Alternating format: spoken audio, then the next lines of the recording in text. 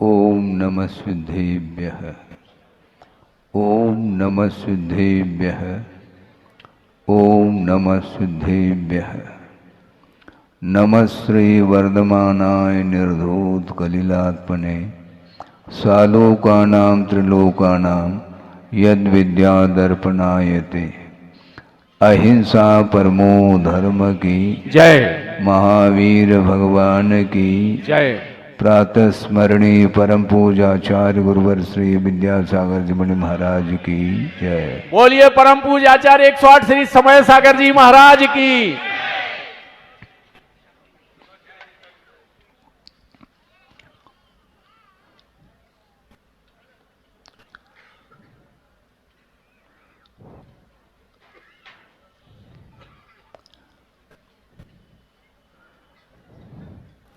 किसी ने कहा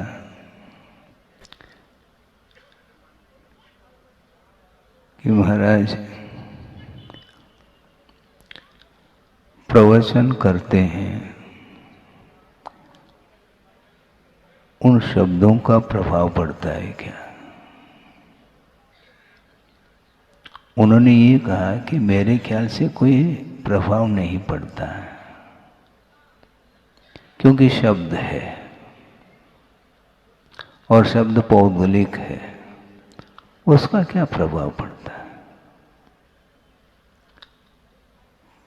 तो ऐसी स्थिति में ऐसा एक प्रसंग उसके जीवन में आया कि किसी ने उसकी निंदा कर दी, वह टेंशन में आ गया। तो उनको हमने पूछा, ये निंदा की वचन भी तो आखिर वचन ही है, प्रभाव क्यों पड़ रहा है?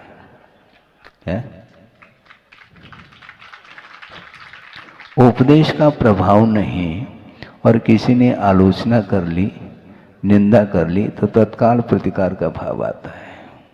इससे स्पष्ट है शब्दों का प्रभाव पड़ता है।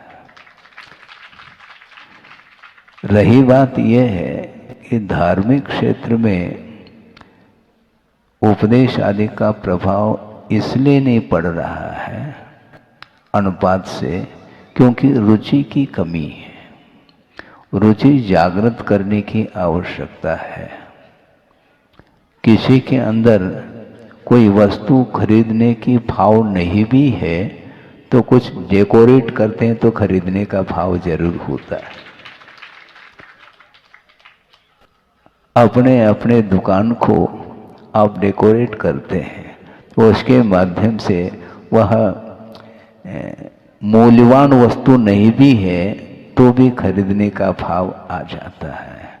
तो उसी प्रकार यहाँ पर है, धार्मिक क्षेत्र में आपको रुचि की आवश्यकता है।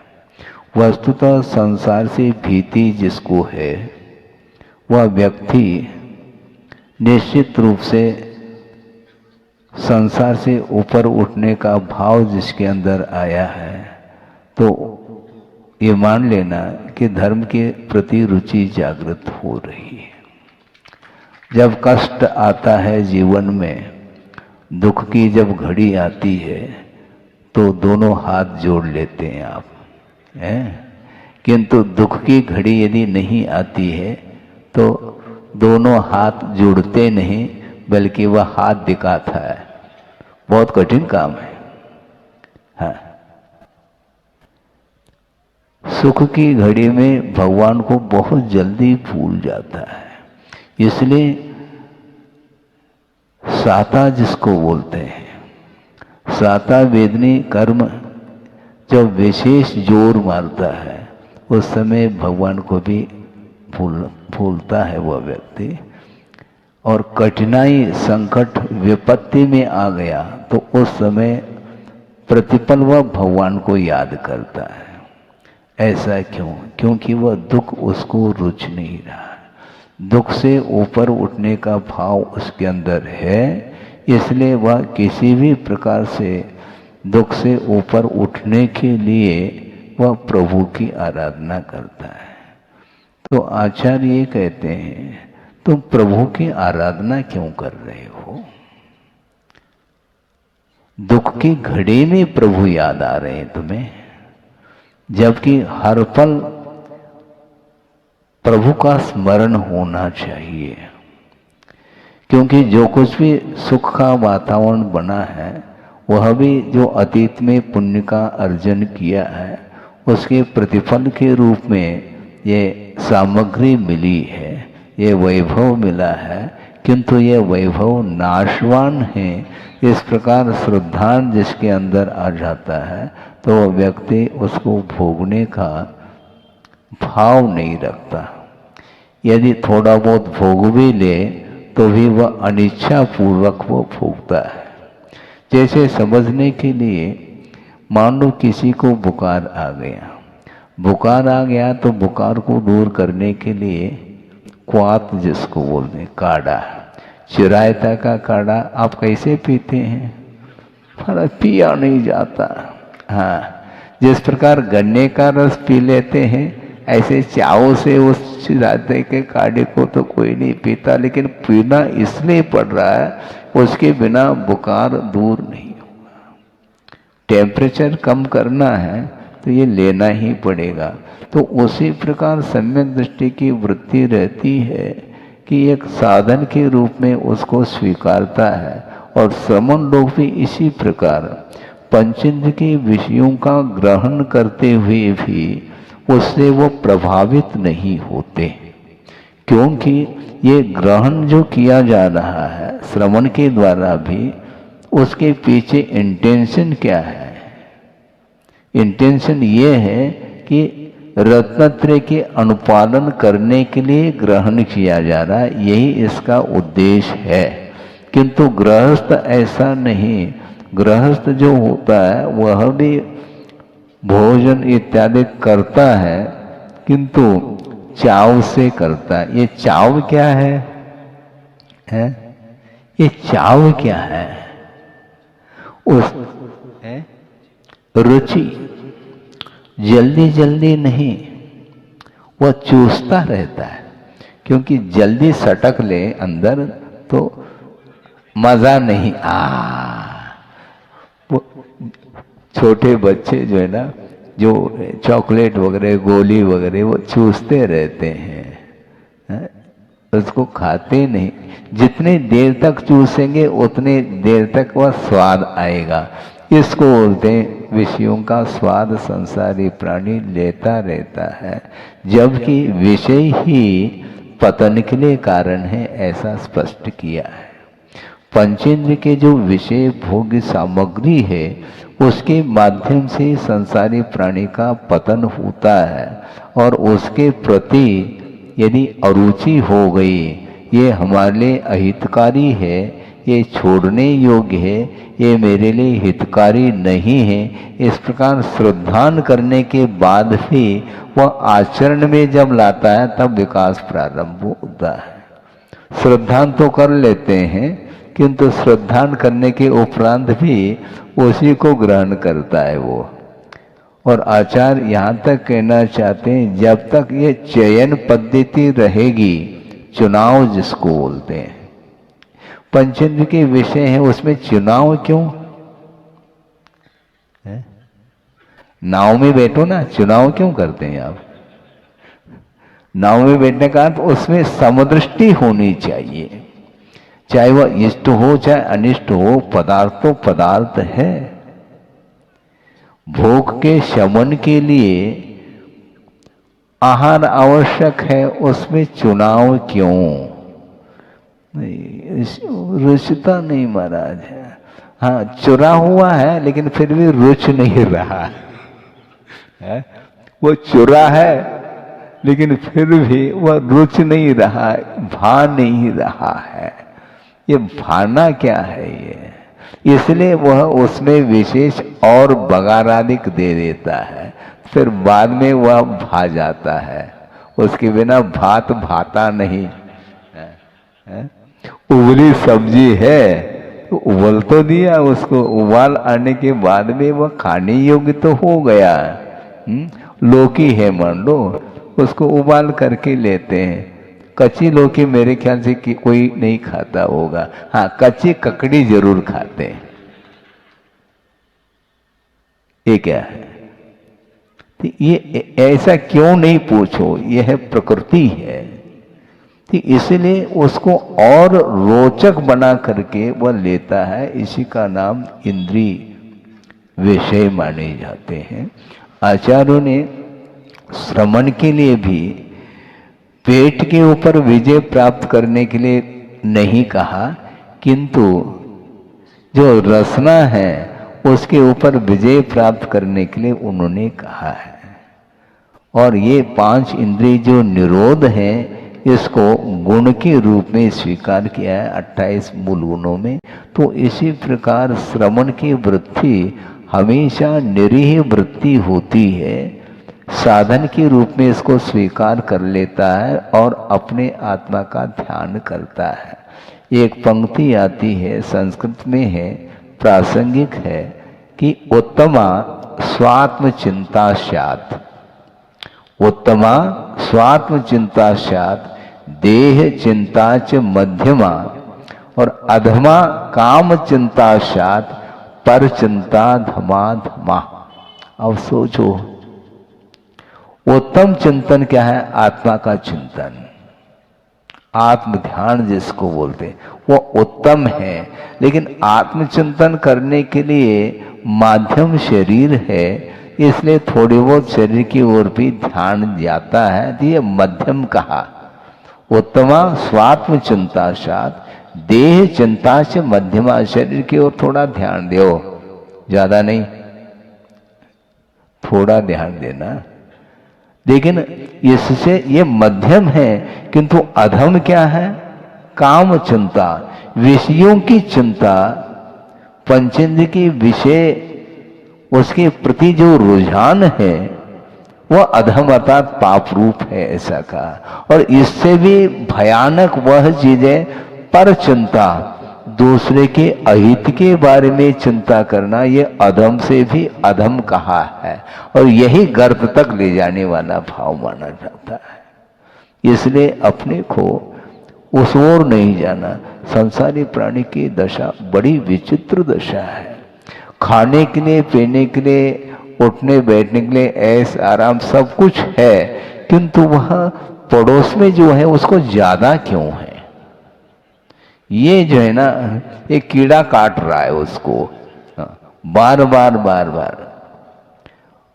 जब तक पड़ोसी इसके बराबर नहीं था, इसके नीचे था, तो सुख की नींद ले रहा था वो है। 2 मंजिला मान लो बिल्डिंग है, मान लो उसमें नींद आ रही है, लेकिन पड़ोस वाले का 5 मंजिल का हो गया, अब क्या? और नींद उड़ गई। पंख है क्या उसको? पंख है क्या? वो नींद उड़ गई, यानी गायब हो गई है। ये क्यों? ये इसी को बोलते हैं पर चिंता।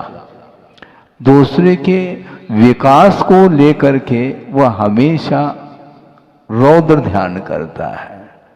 संसारी प्राणी को जो मिला है उसमें सुख नहीं, दूसरे को यदि नहीं मिला है तो सुख है।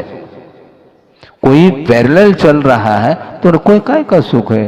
वो मेरे बराबर है, उनसे एक 21 होना चाहिए, 19 ठीक नहीं। धार्मिक क्षेत्र में 21 काम करो, सांसारिक क्षेत्र में करने में क्या लाभ है उसमें? सांसारिक क्षेत्र में प्रतिस्पर्धा वो ठीक नहीं। यदि प्रतिस्पर्धा करना चाहो, आदत है ना प्रतिस्पर्धा करने की, करो। क्रोध नहीं करने में प्रतिस्पर्धा, करने में नहीं। क्रोध नहीं करना, मान नहीं करना, माया लोभ आदि नहीं करना, इसमें प्रतियोगिता होनी चाहिए। ये नहीं होता है। किसी ने कुछ कहा तो उसका उत्तर तरीके से देना। समझ गए तरीके का अर्थ क्या है? जवाब, ईंट का जवाब पत्थर से है, बस। ये उक्ति यहां पर समझ में आ रही है। ये नहीं, क्योंकि इसके कारण ही हमेशा अपने परिणाम कलुषित होते चले जा रहे हैं। अपने परिणामों को शांत बनाए रखने के लिए स्वाध्याय अधिक करो और पर वस्तु के प्रति जो आकर्षण बढ़ रहा है उसको घटाने का पुरुषार्थ करो, तब तो ठीक है। कंपैरिजन नहीं। यदि कंपैरिजन करना तो अच्छे अच्छे क्षेत्र में करो। साधना करते हुए भी गुरुदेव ने ये कहा था कि साधना करते हुए भी दृष्टि अपने से जो बड़े साधक हैं उस ओर दृष्टि रखनी चाहिए। तब तो समझ में आ जाता हमें वहां तक पहुंचना है, यहीं बैठना नहीं है। अभी बहुत विकास बहुत लंबा चौड़ा है। तुम्हारा कब तक साधना करें? फिर आकुलता चालू हो गई। ये आकुलता क्यों? कब तक मत पूछो। जब तक साध्य की उपलब्धि न हो तब तक निरंतर साधना करते रहो, ये कहा है। रुको नहीं, मार्ग में रुकना नहीं चाहिए। आप जीना चढ़ते हैं? वो बैठने के लिए क्या? खड़े होने के लिए क्या? नहीं, वहां से निकलना है, छत तक पहुंचना है, तब तो जीना लगाया। तुम जीना चाहते हो तो चढ़ो, मरना नहीं, जीना चढ़ो। यदि जीना चाहते हैं तो ये सोपान है, ये मार्ग है। मोक्ष मार्ग पर आप अविरल आगे बढ़ते रहो। भले अपनी क्षमता के अनुरूप बढ़ो, किंतु बढ़ना चाहिए। गाड़ी रिवर्स नहीं होनी चाहिए। एक बार आगे बढ़ गए तो बढ़ गए, मुड़ करके देखना नहीं हमने इतना छोड़ा। अरे छोड़ा कहाँ तुमने? अभी भी याद है तुम्हें? हाँ, अभी भी याद है। अरे त्याग करने के बाद उसको याद नहीं रखना हमने इतना त्याग किया, तो उसके प्रति पुनः लगाव हो जाता। तुमने थोड़ी इतना त्याग किया, हमने इतना किया। अरे इतना किया? त्याग किसका किया जाता है? पर तुम्हारा है क्या? तो त्याग क्या हुआ मुझे बताओ? वह छोड़ने योग्य ही है, ग्रहण करने योग्य पंचेंद्र के विषय है ही नहीं, उसको ये कहा है। उपादेय अर्थात ग्रहण करने योग्य वो है ही नहीं, और उसके त्याग के लिए मुहूर्त की कोई आवश्यकता नहीं पड़ती है। ध्यान रखो, मुहूर्त हम देख लेते हैं, विचार कर लेते हैं, पूछ करके आते हैं। किसको पूछना चाहो? हाँ, पिताजी को। पिताजी भी तुम्हारे नहीं है, ध्यान रखो, उनको क्या पूछ रहे हो? ये जितने भी संबंध हैं एक तात्कालिक है, ये मोह का संबंध माना जाता है। जिस व्यक्ति के अंदर मोह है उसी को ये विकल्प होंगे। दूसरे के जिसके साथ विकल्प संबंध नहीं है, विकल्प होता है क्या? कोई विकल्प नहीं। दुकान में आग लग गई, आकुलता किसको होगी? जिसकी दुकान है। और पड़ोसी का दुकान, उनको क्या फायदा? दुकान जल रहा, दुकान जल रहा है, तो आग लग गई दुकान में और ये दिमाग में आग लग गई। क्योंकि संबंध है, इसलिए हम संबंध जोड़ते हैं। फिर बाद में जब वह संबंध टूटने लग जाता है तो उस समय उसको विकल्प हमेशा बना रहता है। आप यहाँ पर बैठे हैं और आपका बेटा कहाँ पर बैठा है? वो बेटा कहाँ है? यहाँ नहीं, उसको पढ़ने के लिए भेजा है और अमेरिका में पढ़ रहा है, मान लो पढ़ाई कर रहा है, और आप यहाँ पर बैठे हैं। हेलो, तो आप ही अपने मोबाइल को उठाएंगे, उसके साथ संबंध जुड़ा हुआ है। वो हजारों किलोमीटर दूरी पर है, इसके बावजूद भी आपका संबंध उस बेटे के साथ है। इसको बोलते हैं वायरलेस कनेक्शन। क्या है? वायर नहीं, लेकिन मन का जो संबंध है वह बना हुआ है। और वहां पर मान लो शोर हो गया तो यहाँ शोर मचने लग जाता, शोर लग जाता है, और वहां पर सूतक तो यहाँ सूतक। ये सूतक पातक ये संबंध बिना संबंध के संभव नहीं है। वो दूर है इसलिए आपका संबंध टूटा है ऐसा नहीं, जुड़ा हुआ है।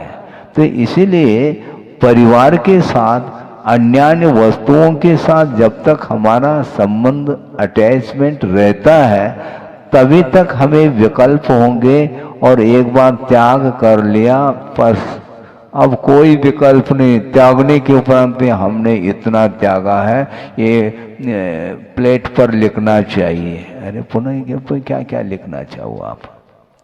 चक्रवर्ती वह अपना नाम अंकित कर रहा है। ये नाम क्या है? ये क्या है? ये नाम किसका नाम है? अनंत तीर्थंकर चले गए, उनका नाम याद है आपको?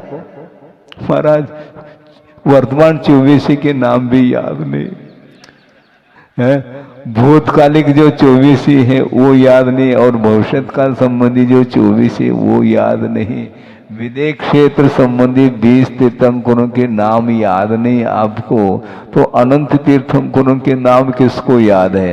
लेकिन इसके बाद में हमारा नाम होना चाहिए, हमारा नाम होना चाहिए। ये नाम क्या है?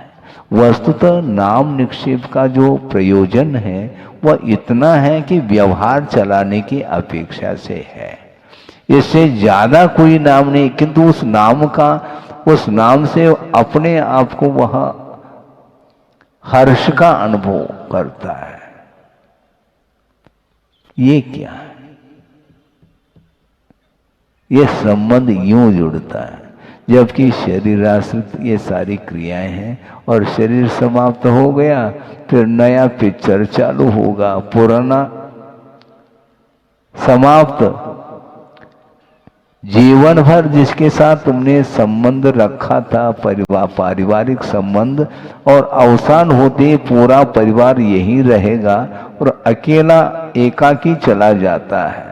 और कहाँ पर उसको उत्पन्न होना है, वहाँ पर कौन कौन से संबंध मिलेंगे, वो नए सिरे से उसका जो है ये रील चलता रहता है। तो इसलिए ये सब कुछ पदार्थ जब नश्वर है तो उसको लेकर के क्यों इस प्रकार आकुल व्याकुल होते हो? इसलिए आचार्य कहते हैं सबसे बढ़िया तो यह है कि वो तमा स्वात्म चिंता सात देह चिंता। जब ये देह के प्रति एक साधन है ऐसा मान करके उसके लिए आवश्यक जो है वो दे दिया। जैसे मान लो मशीन है तो पेट्रोल की आवश्यकता है, और मान लो मशीन गाड़ी गैरेज में है तो पेट्रोल की आवश्यकता नहीं, चलाना थोड़ी उसको। जब वाहन को चलाते हैं तो पेट्रोल की आवश्यकता। तो गुरुदेव का ये कहना था कि इट इज आल्सो मशीन, ये मशीन है, इसके लिए थोड़ी बहुत पेट्रोल की आवश्यकता है, और अच्छे पेट्रोल दो, छना हुआ प्रासुक दे दो पेट्रोल, लेकिन हिसाब से दो। मशीन को चलाना है, और क्यों? और कोई आवश्यकता नहीं, जितना आवश्यक है उतना दे दिया, बस हो गए। अब पुनः उत्तम स्वात्म चिंता में आ जाता है। इस प्रकार साधक की जो प्रवृत्ति होती है वो हमेशा भीतरी साधना करने के लिए ही वह शरीर के लिए थोड़ा बहुत दे देता है, और वह अपना काम करता रहता है। राग द्वेषादि भावों से बचने के लिए अपने को अंतरंग साधना की आवश्यकता है, ऐसा कहा है।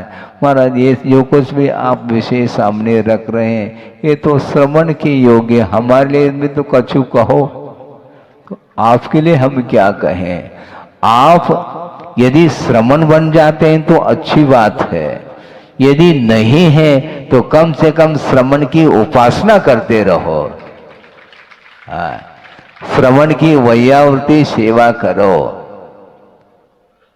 उसके माध्यम से जो सात्विक पुण्य का अर्जन होगा वह भविष्य में आपके लिए विशिष्ट मोक्ष मार्ग की सामग्री को प्राप्त करने के लिए कारण सिद्ध होता है। इसलिए आप वहीं रहो, वहीं रहो, ऐसा कह नहीं रहा हूं, आप रह रहे हैं इसलिए। नहीं तो तकत खाली है। हाँ, बिल्कुल पक्की बात, इसमें क्या दिक्कत है। आप नहीं आना चाहते हैं, आने की क्षमता नहीं है, कोई बाधा नहीं, यथाशक्ति करो, प्रभु की आराधना करते रहो और बिल्कुल जो ना संसार में रहते हुए, जगत में रहते हुए जगत रहो। हाँ, जगत में रहते हुए जागृत रहना चाहिए, सोना नहीं।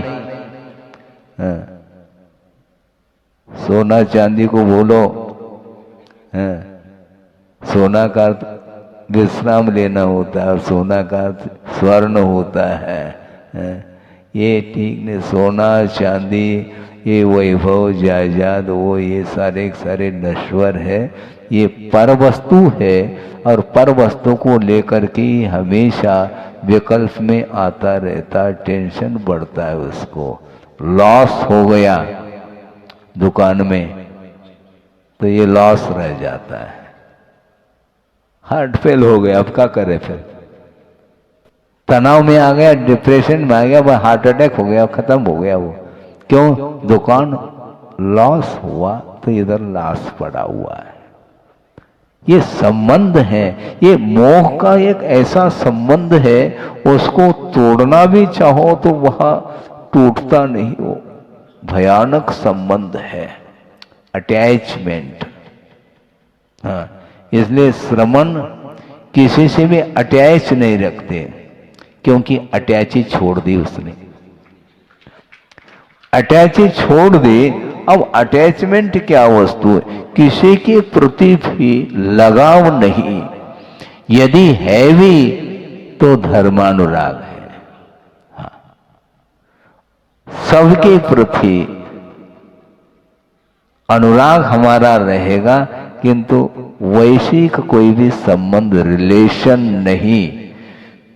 सबके प्रति सबका कल्याण हो, सुखी रहे सब जीव जगत के, कोई कभी न घबरावे, ये पंक्ति उनके अंदर हमेशा बनी रहती है। सबको सुख प्राप्त हो भगवान, ये भाव रखते हैं। इसके उपरांत भी किसी खास व्यक्ति से अटैच रखें नहीं, कोई अटैच नहीं।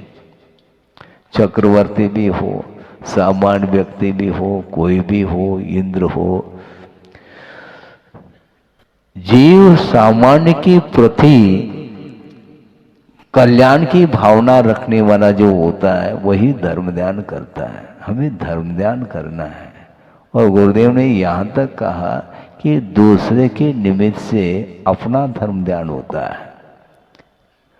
आप यहाँ पर नहीं भी बैठते मान लो तो भी हम स्वाध्याय कर लेते हैं, तो आपके साथ मैं स्वाध्याय कर रहा हूँ, लाभ आपके लिए भी हो रहा, तो हमारे लिए कौन सी हानि है महाराज। इसलिए तो हम कहना चाहते हैं क्या, वही शीतकाल।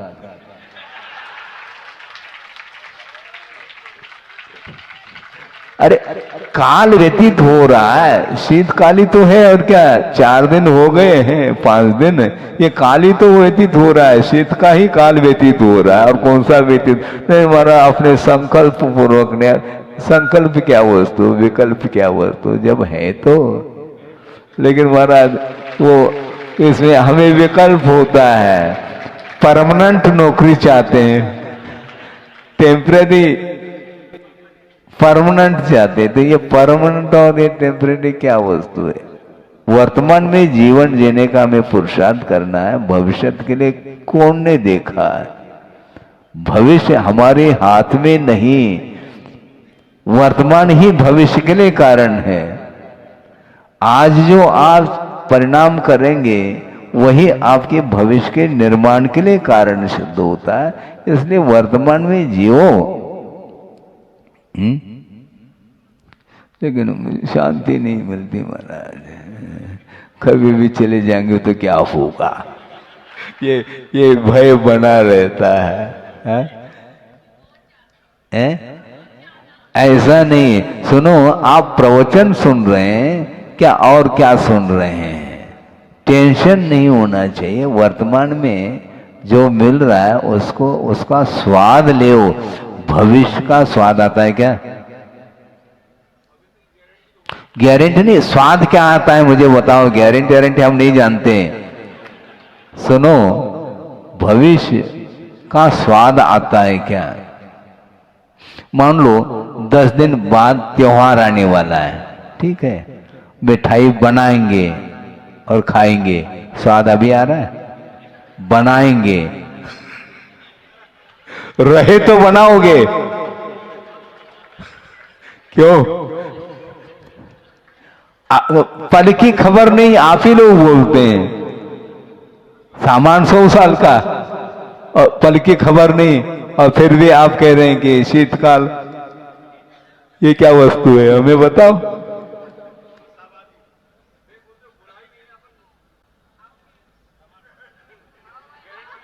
है निश्चित क्या? निश्चित कुछ भी नहीं। आचार्य महाराज कह देते कि सुनो, हाउ नहीं कहते थे वो, उनके मुख में हाउ नहीं, उनके डिक्शनरी में हाउ है ही नहीं और ना भी नहीं है। हाँ देखेंगे। हाँ, किसी ने कहा कि महाराज आप देखेंगे, बहुत साल हो गया, कुछ थोड़ा बहुत तो परिवर्तन लाओ। तो गुरुदेव ने कहा हाँ विचार करते हैं। बात वही हो गई घूम फिर करके। Death keeps no calendar. मृत्यु कब आएगी कोई निश्चित नहीं, उसका कोई तारीख डेट तय नहीं है। कभी भी खाते खाते भी लुढ़क सकता है। मुख में मिठाई है और वह खा नहीं पाया और अटैक आ गया। तो ये बुलबुला है। जब बुलबुला है तो हम गारंटी क्या देंगे, हमें बताओ। आप ही कहते मरना सबको एक दिन अपनी अपनी बार है। हमारी बारी नहीं है महाराज, जिसकी आई हो चला जाएगा। ऐसा नहीं, कभी भी वह सडन आ सकता है। हाँ, जन्म की तारीख फिर भी निश्चित हो सकती है डॉक्टरों के माध्यम से, लेकिन डेथ कब होगा कुछ नहीं कहा जा सकता। इसलिए ये मनुष्य जीवन है, वर्तमान में जीने का हमें पुरुषार्थ करना है, आशा नहीं। जो वर्तमान में है उसी का स्वाद आएगा। 10 दिन बाद आप त्योहार मनाएंगे, जब मिठाई बनाएंगे, जब बनाएंगे तब है। अभी वर्तमान में तो दाल रोटी ले रहे आप, वो तो ले कम से कम साता से। आकुलता के साथ क्यों ले रहे हो? ये आकुलता ठीक नहीं। हाँ, पर ये धर्म भी करने नहीं दे रहे हैं आप। अरे धर्म ही तो करने दे रहा हूं मैं। वर्तमान में धर्म करने के लिए अवसर है, उसका पूरा पूरा लाभ लो। तो इसलिए ये उत्तमा स्वात्म चिंता सा देह चिंता से मध्यमा और अधमा काम चिंता।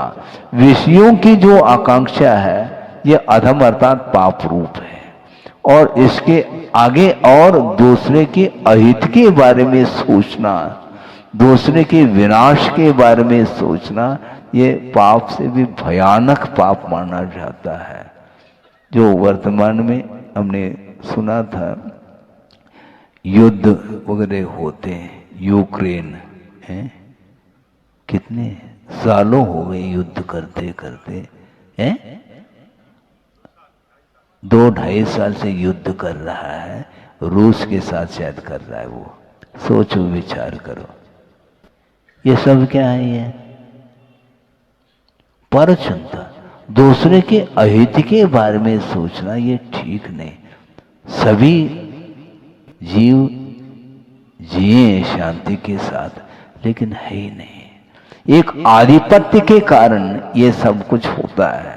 स्वामित्व का जो भाव है वही इसके लिए अहित के लिए कारण बन रहा है। सबके ऊपर मैं कंट्रोल, हैंडल मैं करूं। अरे हैंडल करते करते बूढ़े हो गए, अब हैंडओवर करो।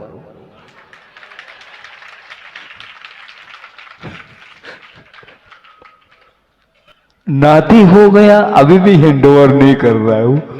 अब सोचो, विचार करो क्या करना चाहिए। हैंडल करते रहो आप, क्या क्या हैंडल करना है। दो हाथ है, उसका उपयोग करो, भगवान के सामने हाथ जोड़ो और दूसरे के लिए हैंडओवर करो तो और अच्छा। लेकिन होता नहीं, ये स्वामित्व, ये चाबी छूटती नहीं, क्योंकि चाव है इसलिए चाबी नहीं छूटती। हाँ, मैं चला रहा हूं परिवार को, उसका जो जो रस आता है वो अलग ही ढंग का रस, वो रसगुल्ले से भी ज्यादा आता है। हाँ, खाने पीने की क्षमता नहीं शरीर में, लेकिन नियंता, मैं इसको कंट्रोल कर रहा हूं, पावर मेरे पास है। ये एक मेंटलिटी है, एक मनस्थिति है, इसमें कुछ भी नहीं आता है, किंतु इसमें रस आता है उसको, इसलिए वह बना रहता है।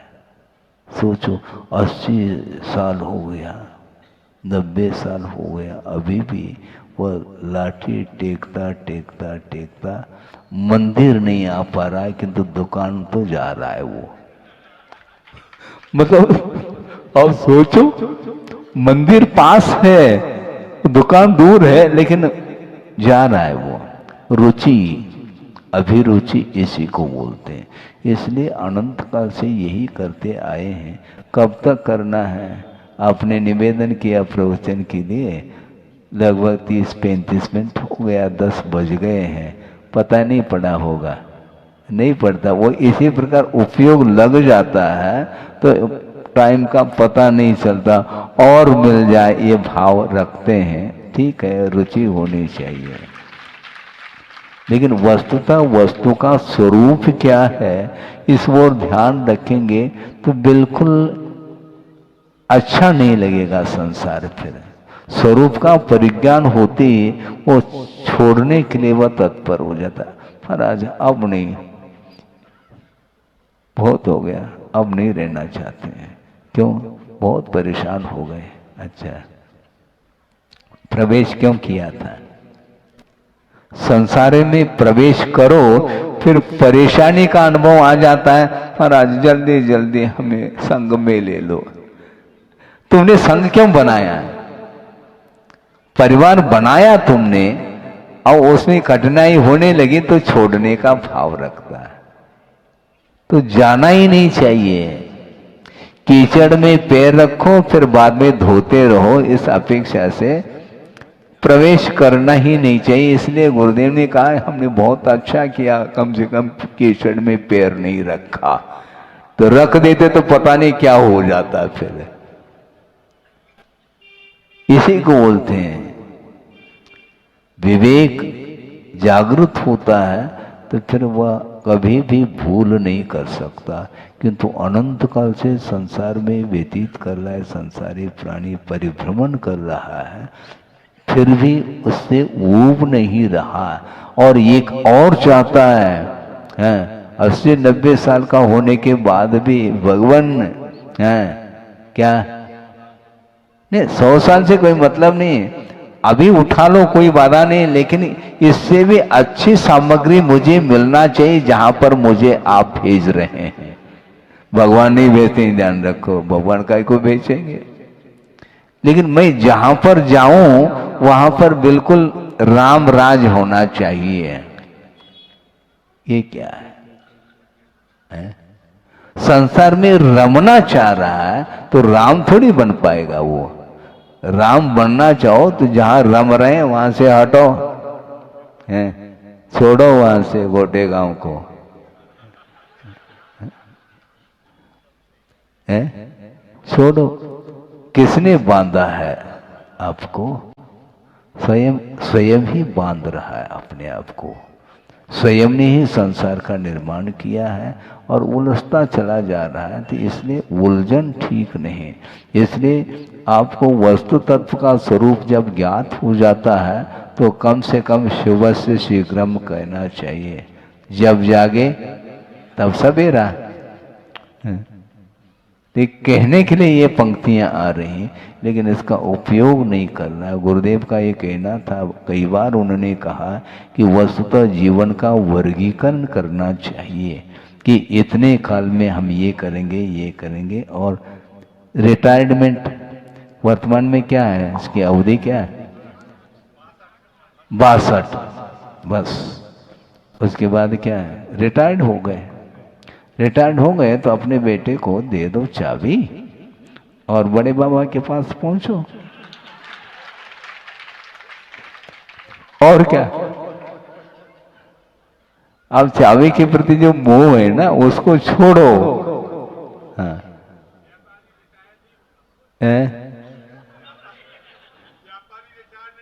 नहीं होता, होना पड़ेगा, ये ध्यान रखो।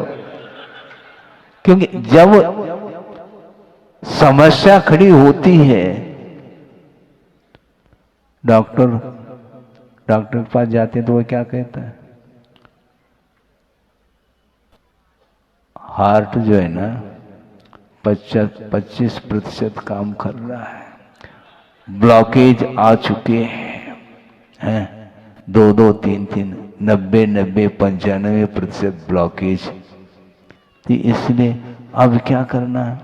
वैभव है तो उसका उपभोग नहीं कर सकोगे। घी नहीं खा सकते हैं, नमक नहीं खा सकते, तला हुआ सामान नहीं, फिर क्या खाना? कम खाओ और गम खाओ। बहुत खा लिया, अब नहीं खा सकते हैं।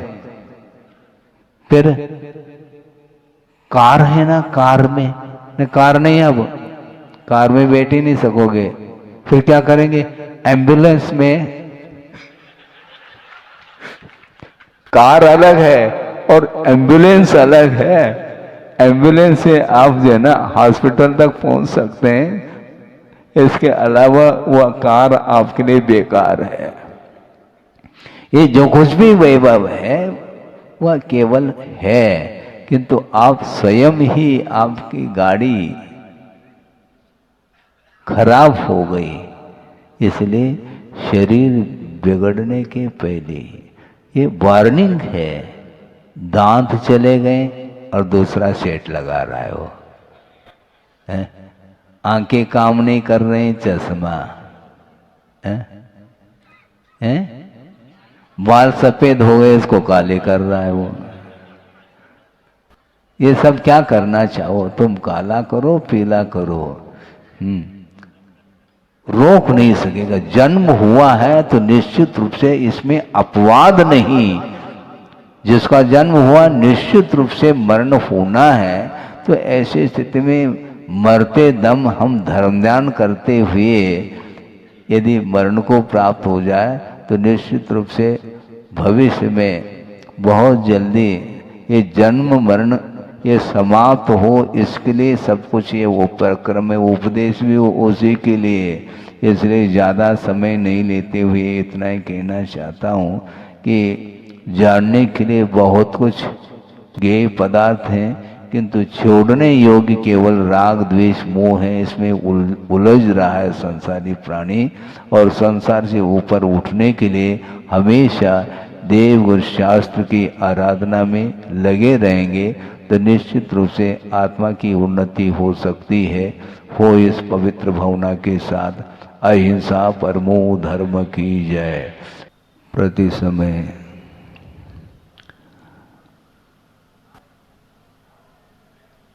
ऐसा भाव निरंतर चलता रहता है कि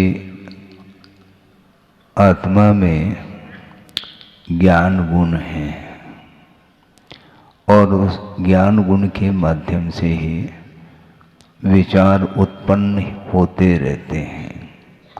भिन्न भिन्न निमित्तों को लेकर के परिणाम आते हैं और विलीन हो जाते हैं, क्योंकि पर्याय जो होती है वह स्थायी नहीं हुआ करती। ये बात अलग है अनेक समयवर्ती जो पर्याय होती हैं उसमें स्थायित्व देखने में आता है, किंतु प्रति समय तरंग की भांति जो पर्याय उत्पन्न हो रहे हैं वो विलीन हो जाती है, किंतु विलीन होते हुए भी ये संस्कार छोड़ती चली जाती है।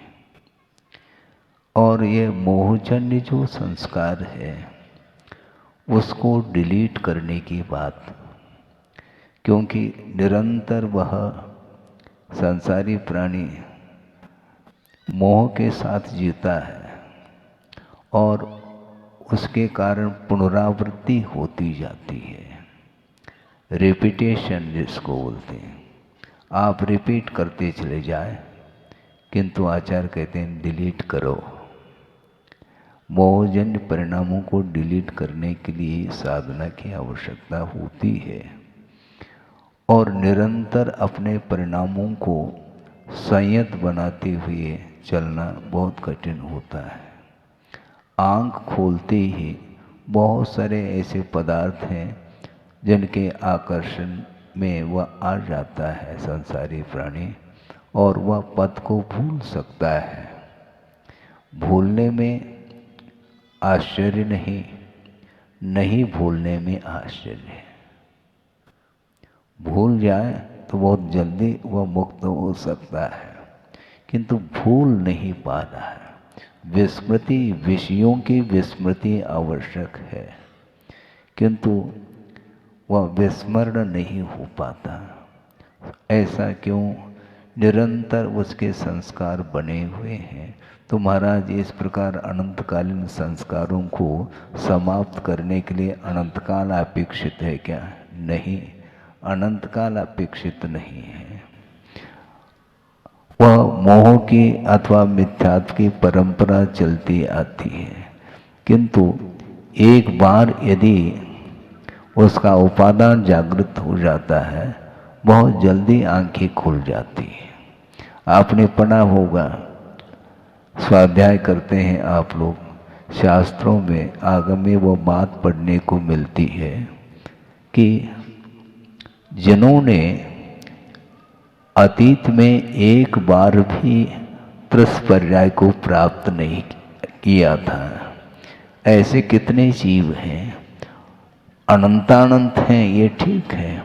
उन्हीं अनंतानंत जीवों में 923 ऐसे जीव जो वहाँ से निकले हैं और किस पर्याय को धारण कर लिया, इसमें दो मत पढ़ने को मिलते हैं।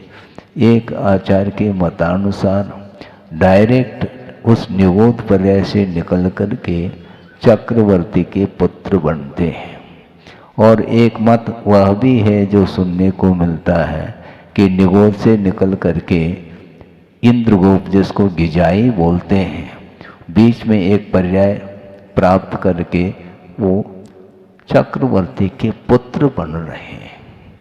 अब मन में बार बार विकल्प आता है, हम और आप इतना पुरुषार्थ कर रहे हैं, थक रहे हैं, इसके बाद भी विकास नहीं हो पा रहा है। और जिसने अतीत अनंत काल में एक बार भी त्रस्पर्याय को प्राप्त नहीं किया और देशना नहीं सुनी, और इस प्रकार पुण्य का अर्जन किन परिणामों से हुआ होगा? तो गुरुदेव का कहना था, देखो विकास जो होता है आत्मा का या जीव का, वह बुद्धि पूर्वक भी होता है और अबुद्धि पूर्वक भी विकास होता है। क्योंकि अनंत काल से निगोध पर्याय को जिसने नहीं छोड़ा, इन्हें बार बार उसी निगोध पर्याय को ही प्राप्त करता रहा, तो देखना सुनने का अवसर मिला कब है?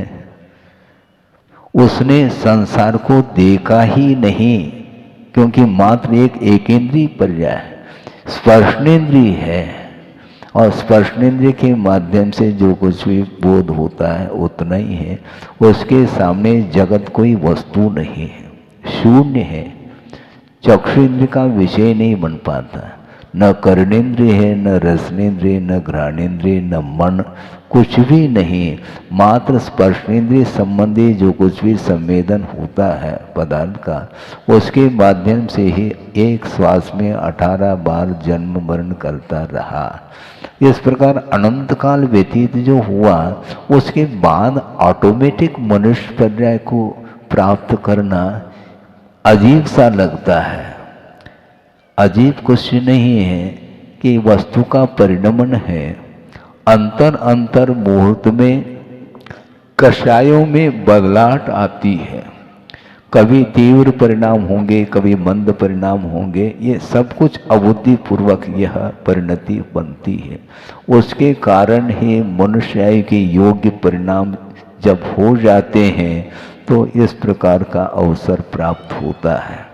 और 923 वो चक्रवर्ती के पुत्र बने हैं।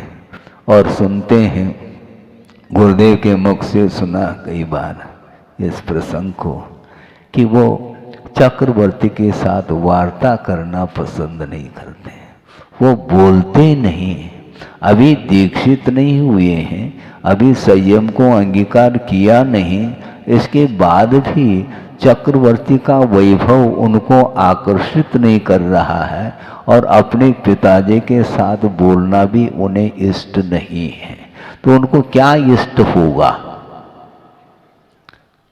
चक्रवर्ती ने भगवान के सामने अपनी बात रखी होगी कि भगवान,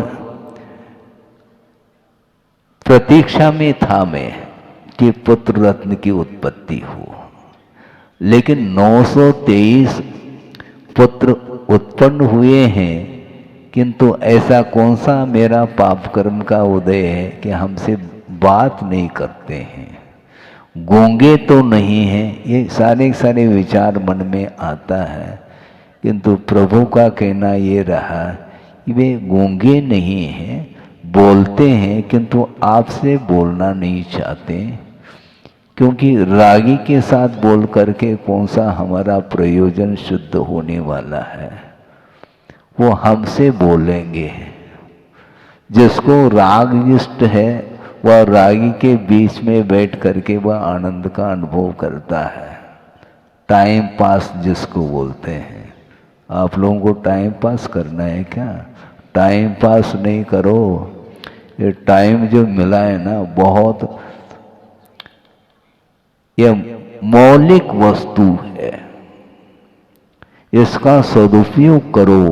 गुरुदेव का बार बार यही कहना रहता था कि पुण्य के उदय में जो कुछ भी ज्ञान प्राप्त हुआ है, क्षोभम हुआ है, उसका सदुपयोग करो, क्योंकि एक एक समय में उस ज्ञानोपयोग, अवीक्षण ज्ञानोपयोग जिसको बोलते हैं, उसके माध्यम से आगम के अनुरूप अपनी चर्या को बनाने से आगम में अपना उपयोग जिसका लग जाता है, उसके माध्यम से प्रति समय वह अपनी भूमिका के अनुरूप असंख्यात कर्मों की निर्जना कर सकता है। इसलिए कभी भी समय का दुरुपयोग नहीं करना चाहिए, ऐसा उनका कहना रहा है। अपने पास है ही कितना ज्ञान है, लेकिन जितना भी हो उसका सदुपयोग होना चाहिए, तभी मनुष्य पर्याय के प्राप्त करने की सार्थकता भी सिद्ध होती है। और वे 923 के 23 दीक्षित हो जाते हैं प्रभु के सामने।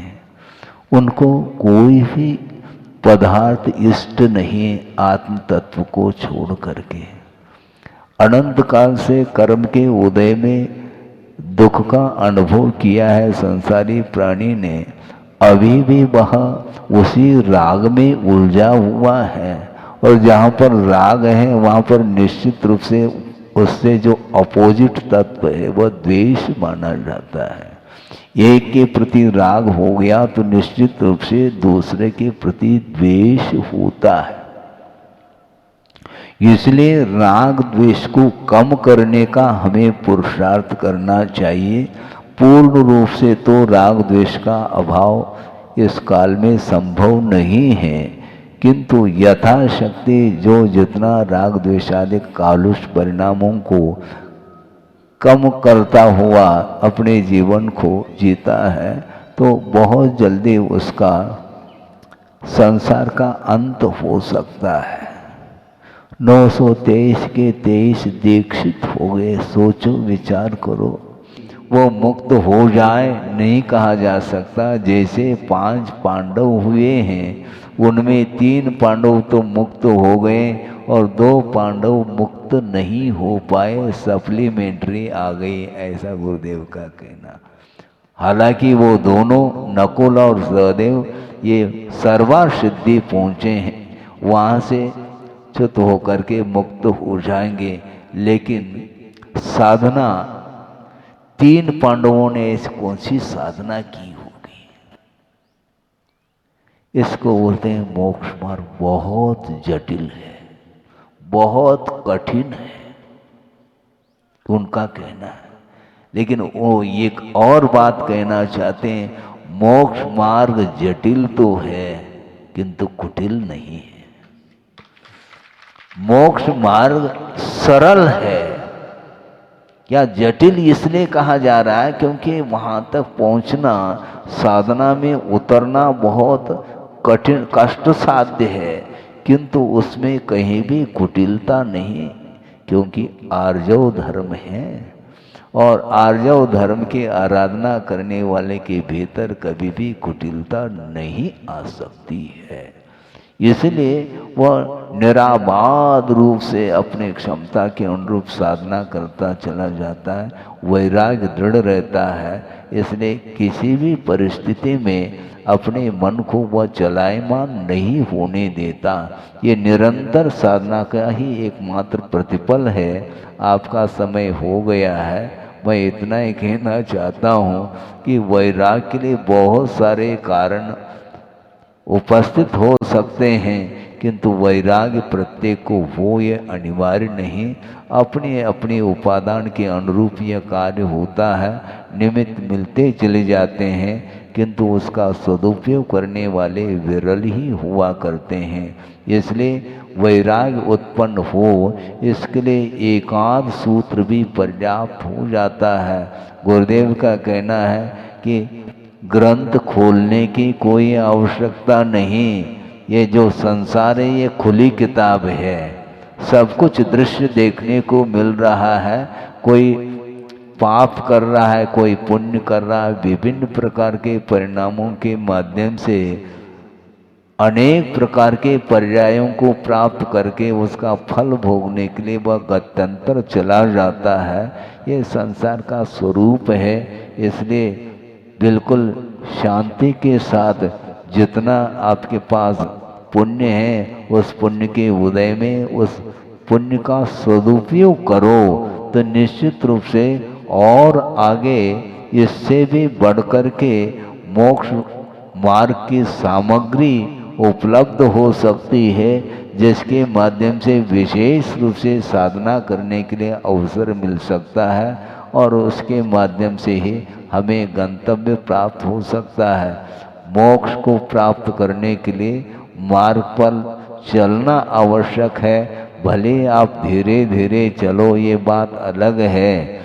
कोई दिल्ली जाता है तो फ्लाइट से चला जाता है, कोई ट्रेन से, कोई कार से, कोई बाइसिकल, कोई पैदल भी जा सकता है। जाने के साधन भिन्न भिन्न हो सकते हैं, किंतु मार्ग तो एक ही है।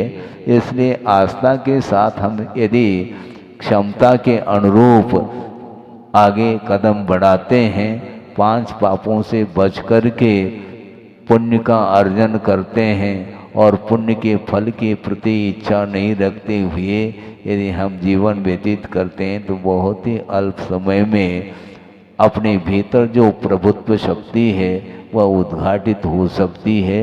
हो इस पवित्र भावना के साथ अहिंसा परमो धर्म की जय। बोधि समाधि परिणाम शुद्धि स्वात्मोपलब्धि शिव शोक सिद्धि चिंतामणिम चिंतित वस्तुदाने त्वामंदमानस्य ममास्तु देवी। परम पूजाचार्य गुरुवर श्री विद्यासागर जी मुनि महाराज। इस कार्यक्रम के पुण्यार्चक थे वंडर सीमेंट, फर्क नजर आएगा। जैन धर्म